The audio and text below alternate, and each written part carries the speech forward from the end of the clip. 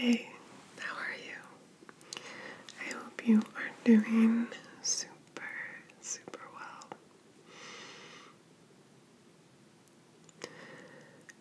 Tonight, I am going to be reading you some poems from the Tao Te Ching.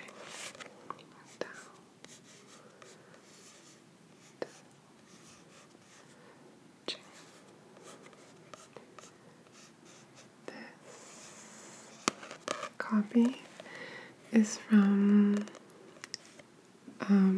my college days. It is by Lao Tzu, of course.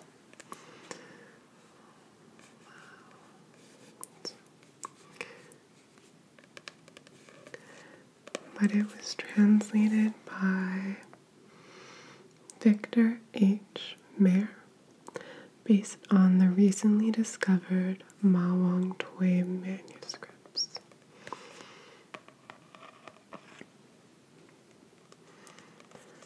So,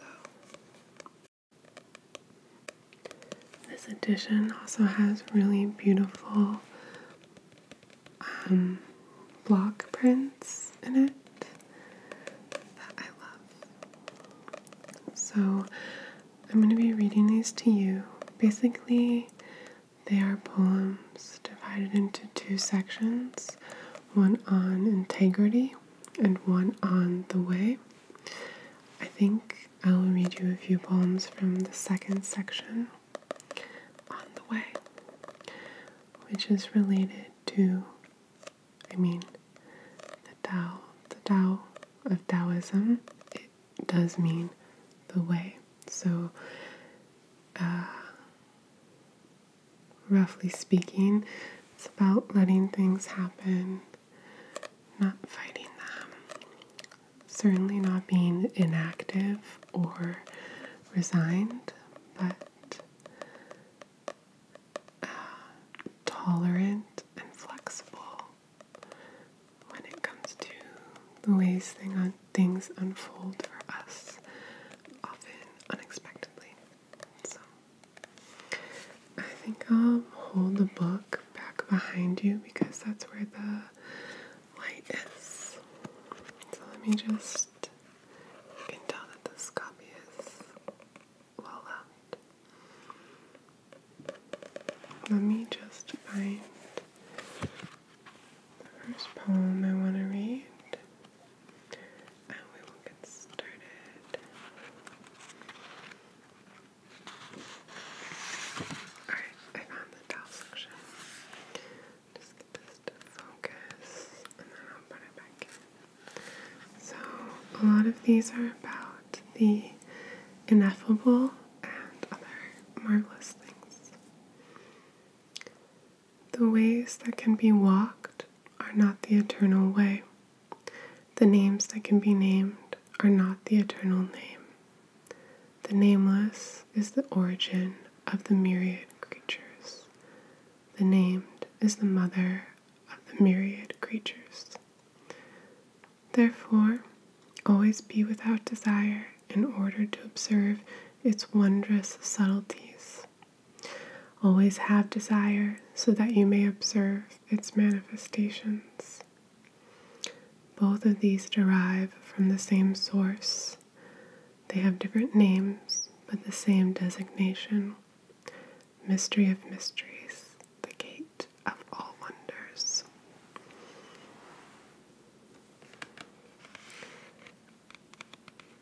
So I feel like I could unpack all of these for you, but maybe more interesting and fruitful for you is just to listen to them and hear what you hear. Let's see about one of these. Not that one.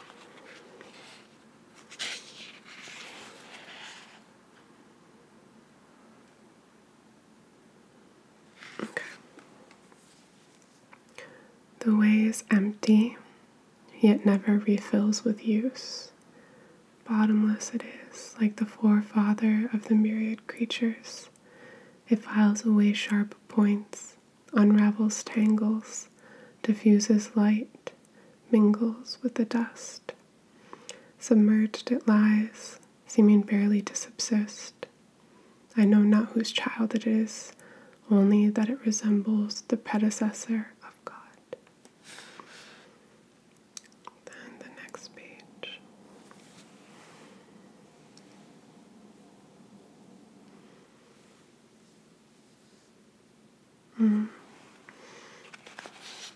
Trying to find the ones I like the sound of the most. Okay. The valley spirit never dies. It is called the mysterious female. The gate of the mysterious female is called the root of heaven and earth. Gossamer it is, seemingly insubstantial, yet never consumed through use. And you can see one of the block cuts here. So the woodcuts are by Dan. And you can tell this was a textbook for me. Well, I guess I underline in every book, but alright. Heaven is long and earth is lasting. Heaven and earth can be long and lasting because they do not live for themselves. Therefore, they can be long-lived. For this reason, the sage withdraws himself, but comes to the fore, alienates himself, but is always present. Is this not because he is free of private interests? Therefore, he can accomplish his private interests. And then the next page. The highest good is like water. Water is good at benefiting the myriad creatures, but also struggles to occupy the place loathed by the masses.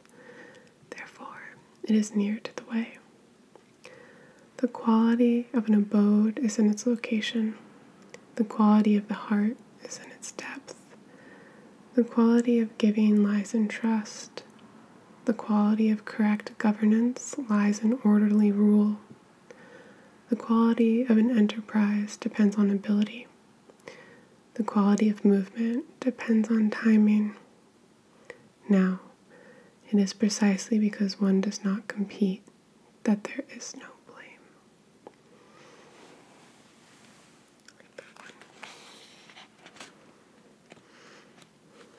Okay.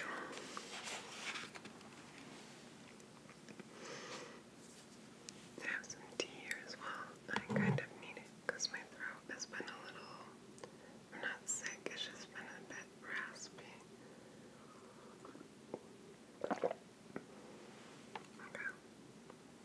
Instead of keeping a bow taut while holding it straight, better to relax.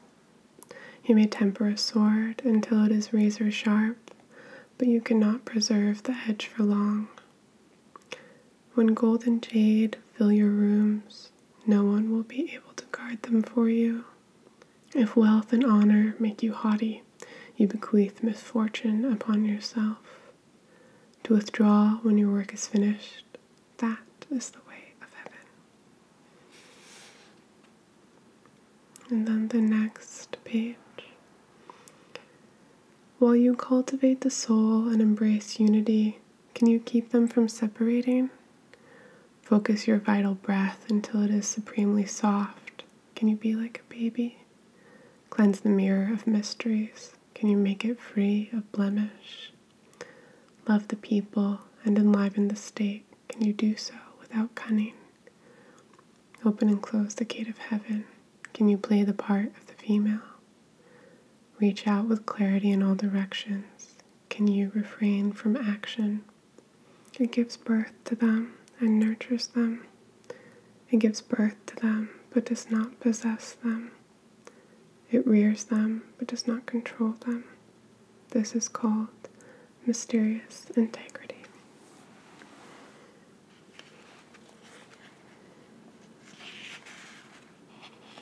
Oh, this next one I really like.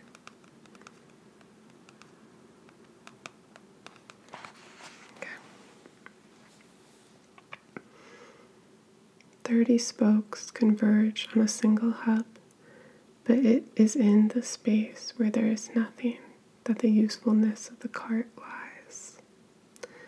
Clay is molded to make a pot, but it is in the space where there is nothing that the usefulness of the clay pot lies. Cut out doors and windows to make a room, but it is in the spaces where there is nothing that the usefulness of the room lies. Therefore, benefit may be derived from something, but it is in nothing that we find usefulness. And then you can see this one cut here.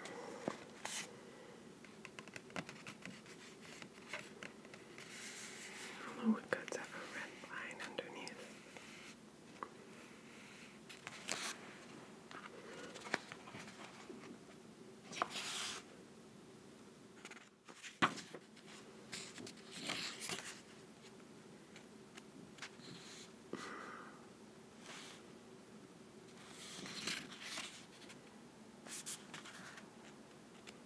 Let me find a good one for you.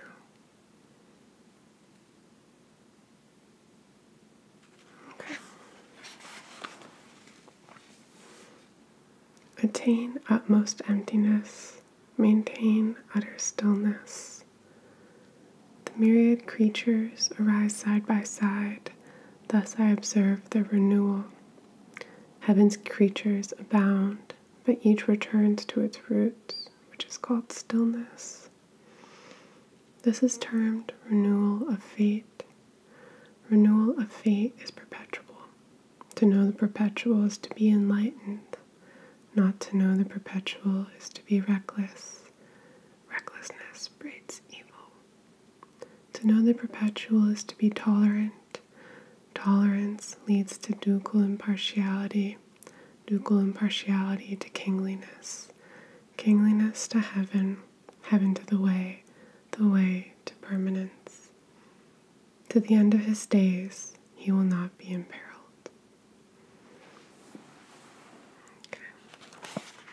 See what else we got. Some about filial piety. If you're into that kind of thing. Okay, let's try this one.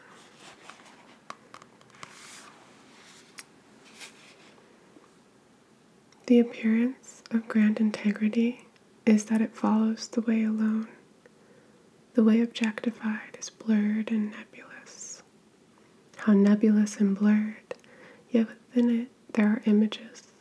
How blurred and nebulous, yet within it there are objects. How cavernous and dark, yet within it there is an essence. Its essence is quite real. Within it there are tokens. From the present back to the past, its name has been imperishable. Through it, we conform to the Father of the masses. How do I know what the Father of the masses is like? Through this.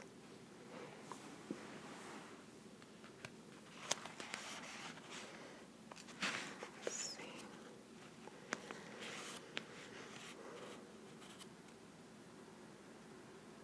Oh, this one's really good.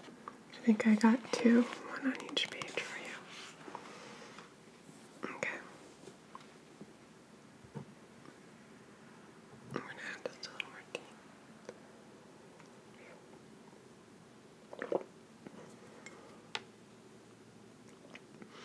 If you don't like the tea, let me know.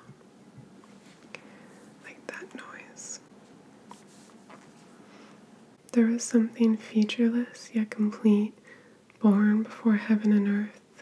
Silent, amorphous, it stood alone and unchanging. We may regard it as the mother of heaven and earth. Not knowing its name, I style it the way. If forced to give it a name, I would call it great. Being great implies flowing ever onward. Flowing ever onward implies far-reaching. Far-reaching implies reversal. The way is great. Heaven is great. Earth is great. The King, too, is great. Within the realm there are 4 greats, and the king is one among them. Man patterns himself on earth, earth patterns itself on heaven, heaven patterns itself on the way patterns itself on nature. Oh yeah, and the other page. Heavy is the root of light, calm's the ruler of haste. For these reasons, the superior man may travel the whole day without leaving his heavy baggage cart, though inside the courtyard walls of a noisy inn he placidly rises above it all. How then should a king with 10,000 chariots conduct himself lightly before all under heaven? If he treats himself lightly, he will lose the taproot. If he is hasty, he will lose the rulership. And then there's the last one I want to read for you. 80, number 80. That was 69 and 70, respectively. And then, if I see any woodcuts on the way, I will show them to you. Like this one here.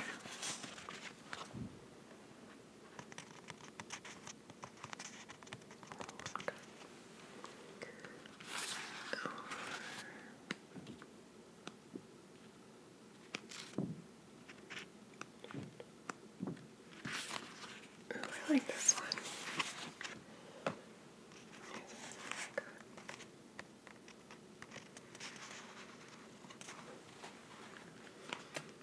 Oh, it's with the red line underneath. And actually this is right after the one I want to read to you. Okay. When you wish to contract something, you must momentarily expand it. When you wish to weaken something, you must momentarily strengthen it. When you wish to reject something, you must momentarily join with it. When you wish to seize something, you must momentarily give it up. This is called subtle insight. The soft and weak conquer the strong. Fish cannot be removed from the watery depths. The profitable instruments of state cannot be shown to the people. So, this was obviously written in a very different time when filial piety and respect for your ruler were encouraged. But the greater idea of bending to the way, letting things happen, not fighting everything, I think it's not the only way to be, but there's certainly something to be said for it. Being strong in tolerance and being strong in flexibility, right? So, I hope you enjoyed this. I hope you are doing well.